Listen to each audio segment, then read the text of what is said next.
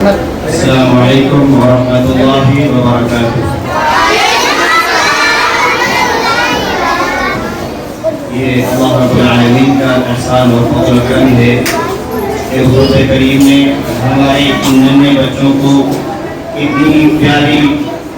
زبان بخشی کہ وہ اس قدر ابھر کر کے ہمارے سامنے آئے، اور یہ ماں باپ کا بڑا اچھا نظریہ اور بڑی اچھی کاوش ہے کہ وہ اپنے بچوں کو آگے بڑھانے کی کوشش کر رہے ہیں۔ اسی طریقے سے اسکول کے تمام ٹیچرز جو بچوں کو سنوارنے کے لیے ایک بہت قیمتی اپنا سرمایہ لگا رہے ہیں، یقیناً مبارکبادی کے حقدار ہیں اسکول کے تمام ٹیچرز۔ اور ان بچوں کی زبانوں کو سن کر کے آج ایسا محسوس ہوا جیسے رب کریم نے ان کو ایک شیشہ بنا دیا ہے جو اپنی زبان کو کھول کر کے لوگوں کو ان کی سچائی بتا رہے ہیں۔ میرے پیارے بچوں، اللہ رب العالمین سے دعا کروں گا کہ مولا کریم آپ کو دنیا کے تمام اعلیٰ مقام اچھے عہدے نصیب فرمائے، آپ کو دنیا کا لیڈر اور قائد اور رہنما بنائے۔ آج ہم کو سمجھنا چاہیے یہ بات، دنیا میں جہاں مسلمانوں نے اپنے خون سے اس ہندوستان کو سنوارا اور سینچا تھا، وہیں پر آج مسلمانوں سے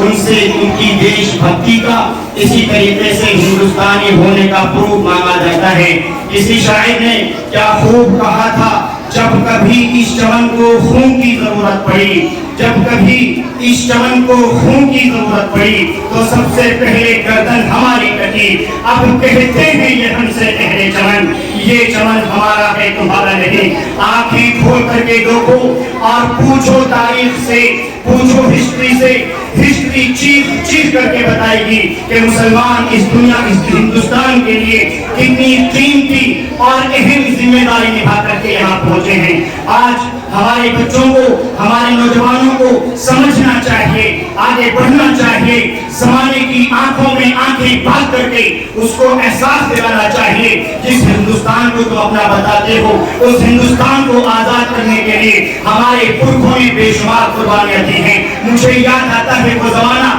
میری آنکھوں کے سامنے ایک کتاب تھی، میر جعفر کی کتاب تھی۔ وہ لکھتے ہیں جب ہمیں جیلوں میں ڈالا گیا، وہ جیل ایسی ہوا کرتی تھی نہ ہمیں بیٹھے رہا جا سکتا تھا، نہ ہم سیدھے کھڑے ہو سکتے تھے، ہمارے پیروں کے نیچے بھی ایک طریقے سے لوہے اور زنجیریں ہوا کرتی تھی، اور ہمارے سروں کے اوپر بھی لوہا ہوا کرتے تھے۔ اگر اوپر کی طرف جاتے تو وہ لوہا ہمارے سروں میں آتا، اور نیچے کی طرف جاتے تو ہمارے جسم اس میں لگ جاتے تھے۔ جب ہمیں بھوک لگتی تو ہمیں دن میں صرف ایک بار روٹی دی جاتی تھی، اور وہ روٹی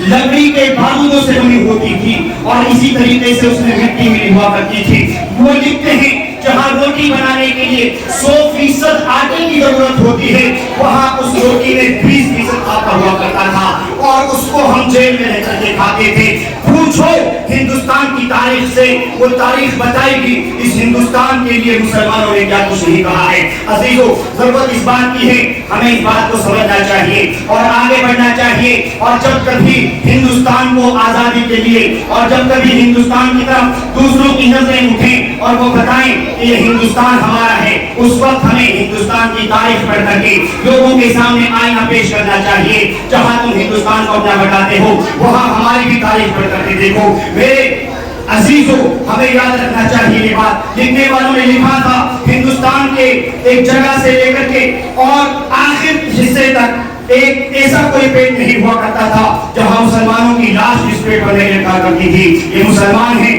جنہوں نے ملک کے لیے اپنی جانوں کو دیا، اور ان کے لیے جب اتھارٹی دی جا رہی تھی کہ تم ہندوستان کو چھوڑ کر کے پاکستان جا سکتے ہو، یہ بائی چوائس ہندوستان کو پسند کر رہے تھے اور کہہ رہے تھے اس ہندوستان کو یاد آزاد کیا ہے تو اسی ہندوستان میں رہنا ہے، اور اسی ہندوستان کو سنوارنا ہے، اور اسی ہندوستان کو اپنے